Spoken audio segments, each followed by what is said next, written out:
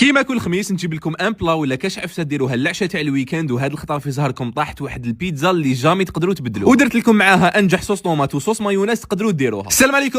البيتزا اللي سنين وانا معتمدها سهله مهله وبنتها كي العاده الهبل تاع الدنيا. الحاجه الاولى اللي نديروها نخدموا لاباط. هنايا في ريسيبيون حطيت نص لتر تاع الماء يكون ماء عادي بدرجه حراره الغرفه مع فنجالتي تاع الزيت يكون معمر مليح، ودرت معاهم حبه تاع البيض كامله، زوج مغارف كبار تاع السكر، زوج مغارف كبار تاع حليب بودره، وزدت معاهم باكي تاع خميره الحلوه ومغرف صغيره تاع خميره الخبز. وانا حنديرها تخمر في الفريجيدر، بصح اذا حبيتوها تخمر بالراقي الساعه ديروا مغرف كبيره تاع خميره الخبز، وزدت عليهم زوج مغارف صغار تاع الملح ونخلط كلش بالفوي. بعدها نجي ندير 900 غرام تاع الفارينه ومغرف صغيره تاع المارغرين بدرجه حراره الغرفه ونحطها في البيترات تعجن حتى وين تتلملي، وتقدروا تلموها غير بيدكم. بالنسبه للاباط لازم تكون طريه تلصق شويه في اليد بهالطريقه. زدت شويه في بلون دو ترافاي. هنايا حبيت الخبزات تاعي يجوني شويه كبار، قسمتها على 4 نغلفهم ونخليهم متنفسين شويه وندخلهم للفريجيدر يخمروا من 6 سوايع حتى الليله كامله. بالنسبه لاصوص طوماط في كاسرونه كبيره درت نص حبه تاع بصل مع 6 حبات تاع الطوماطيش، زدت معاهم زعتره، مرصو تاع طماطم مجففه، مغرف صغيره تاع السكر، مغرف صغيره تاع الملح، مغرف كبيره تاع معجون الفلفل الاحمر، ولا تقدروا ديروا مغرف كبيره تاع طوماطيش تاع الباطا، ودرت معاها نص كاس تاع الماء ونديرها فوق النار طيب بعقلها حتى وين يطيب كلش. بعدها نجي نرحيها ونزيد لها مغرف صغيره تاع الفلفل الاحمر باش نزيد برك اللون،